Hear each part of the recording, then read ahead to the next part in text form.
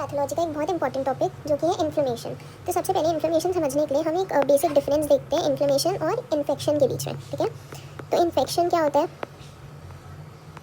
Infection जब कोई भी फॉरेन बॉडी हमारे बॉडी के अंदर आती है और वो कोई भी टॉक्सिन्स प्रोड्यूस करती है और वो टॉक्सिन्स के इफेक्ट्स हमारे बॉडी में शो होते हैं, उसी को हम कहते हैं इन्फेक्शन, ठीक है। तो इन्फेक्शन क्या हुआ? Invasion by any harmful microbe into the body, ठीक है। Invasion by any microbe into the body and their ill effects is known as infection। अब इन्फ्लेमेशन क्या होता है? इन्फ्लेमेशन इसी इन्फेक्शन के अगेंस्ट जो हमारी बॉडी रिस्पॉन्स शो करती है, ठीक है।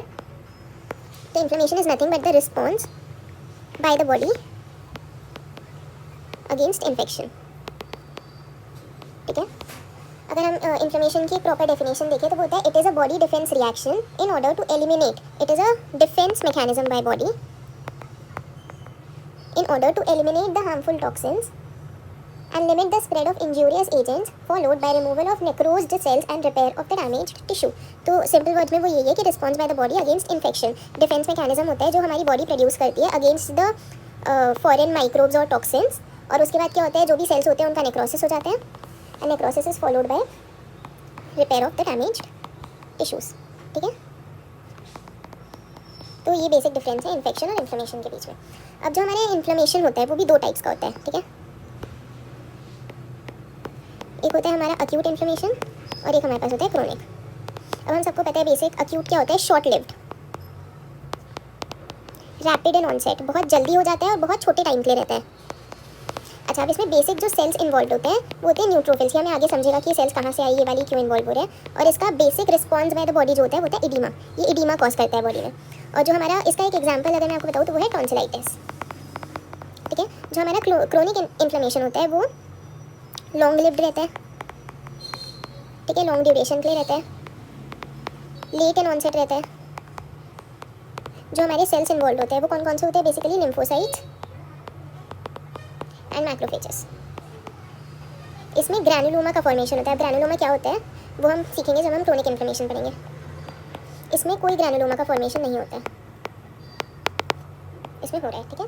इसका अगर हम एग्जांपल देखें तो टीबी, ट्यूबरकुलोसिस, ठीक है।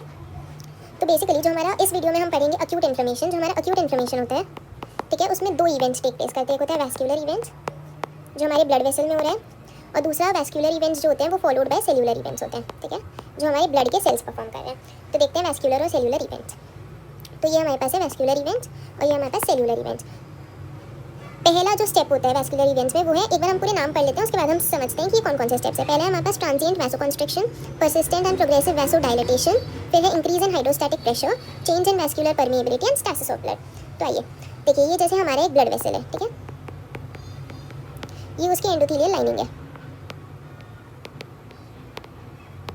जब हमारा इन्फ्लेमेशन होता है एक ट्रांजिएंट वैसोकंस्ट्रिक्शन होता है जो कि बहुत ही एक शॉर्ट लिव्ड होता है। ये जस्ट जब माइक्रोब हमारी बॉडी में एंटर करता है, ठीक है, तो तब बहुत शॉर्ट ड्यूरेशन के लिए 3 to 5 सेकेंड्स के लिए वैसोकंस्ट्रिक्शन होता है। और इससे क्या होता है? ब्लांचिंग होती है। ब्लांचिंग क्या होता है पता है ना?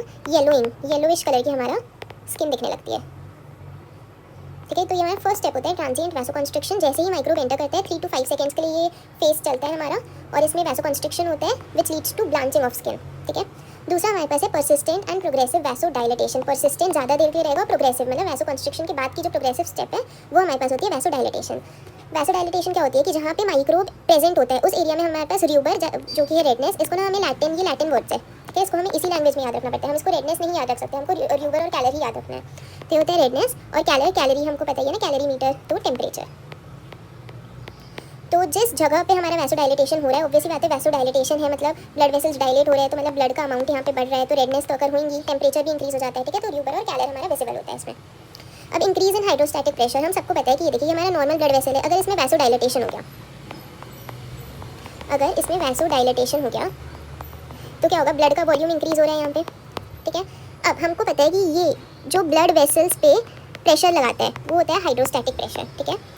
जो प्रेशर वेसल्स पे लगता है ब्लड के द्वारा वो हमारा होता है हाइड्रोस्टैटिक प्रेशर, और जो प्रेशर बाहर से लगता है वो होता है ऑस्मोटिक प्रेशर, ठीक है। अब जाहिर सी बात है कि जब वैसोडाइलेटेशन हो गया है, ये देखिए जब हमारा वैसोडाइलेटेशन हो गया है तो यहाँ पे ब्लड का वॉल्यूम हमारा इंक्रीज हो गया है बहुत ज़्यादा। तो अगर ब्लड यहाँ पे बहुत ज़्यादा इंक्रीज हो गया है तो जो हाइड्रोस्टैटिक प्रेशर लग रहा है वो भी इंक्रीज हो जाएगा। पहला स्टेप था हमारा वैसो कंस्ट्रिक्शन, जो कि 3 to 5 सेकेंड्स के लिए था, ठीक है। दूसरा है हमारा वैसो डायलिटेशन, ठीक है। और ये परसिस्टेंट स्टेप है। अगर वैसो डायलिटेशन हुआ है तो यहाँ पे ब्लड का वॉल्यूम क्या हो गया, इंक्रीज हो गया। ब्लड का वॉल्यूम इंक्रीज हो गया तो हमारा हाइड्रोस्टैटिक प्रेशर जो हमारा ब्लड लगा रहा है वॉल्स के अगेंस्ट वो भी इंक्रीज हो गया, राइट। तो हमारा थर्ड स्टेप आ जाता है इंक्रीज इन हाइड्रोस्टैटिक प्रेशर, और ये क्या करवाता है, हमारा ट्रांजिएंट इडीमा कॉज करता है।